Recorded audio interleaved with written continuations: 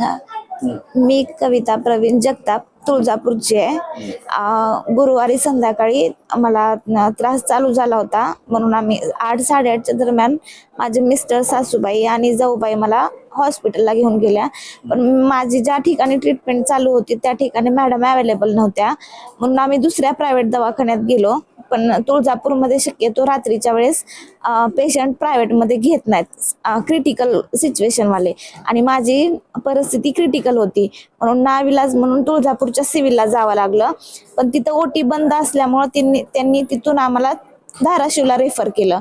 इथं आल्यावर एक रात्र मला फक्त चेक करून बाळाचे ठोके चेक करून रात्रभर झोपवलं. आणि तर रात्रीच्या ज्या स्टाफ होत्या त्या मॅडम म्हणल्या की आपण उद्या सकाळी तुम्हाला सिझरिंगसाठी घेऊयात म्हणून. मला त्यांचं नाव नाही माहिती, पण त्या मॅडमनी सांगितलं की सिझरिंगसाठी घेऊयात.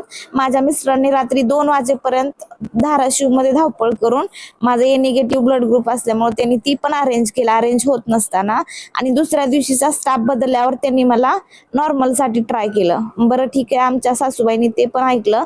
त्या म्हणत होत्या की तिची सिच्युएशन क्रिटिकल आहे, आम्हाला नॉर्मल नको, आम्हाला सिझरिंगच पाहिजे म्हणून. काय तुम्ही रिपोर्ट बघू शकता, पहिल्यापासून माझं बेड रेस्ट होती आणि बाळाच्या गळ्याला शेवटी नाळ पण गुंडाळलेली होती, म्हणून त्या म्हणत होत्या की आम्हाला नॉर्मल नकोच आहे. पण त्या मॅडमने ऐकलं नाही, त्यांनी मला गोळी दिली कळा येण्यासाठी, आणि कळा येण्यासाठी गोळी दिल्यावर नंतर माझी सोनोग्राफी केली आहे.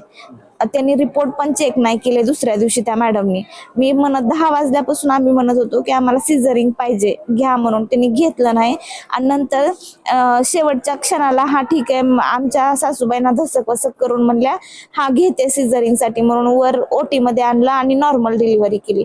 नॉर्मल डिलिव्हरी करताना मानसिक, मेंटली, फिजिकली सगळं टॉर्चर केलं. पायाला चिमटे घेतले मॅडमनी, मांडीवर मारले, दोघं असं धरत होते वरून.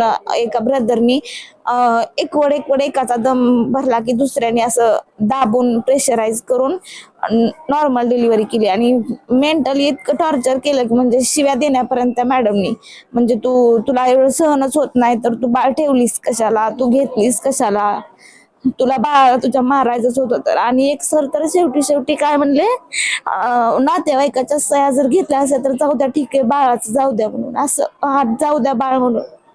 मग सह्या घेतल्यावर हिने परवानगी काय, मला त्या स्टाफ मधल्या 3 तरी ऍटलिस्ट 3 लोकांना तरी शिक्षा झाली पाहिजे, कायमचं त्यांना कुठंच जॉब नाही मिळाला पाहिजे. त्यांनी मला 3 मॅडम पैकी, आता मी ओळखू शकते समोर,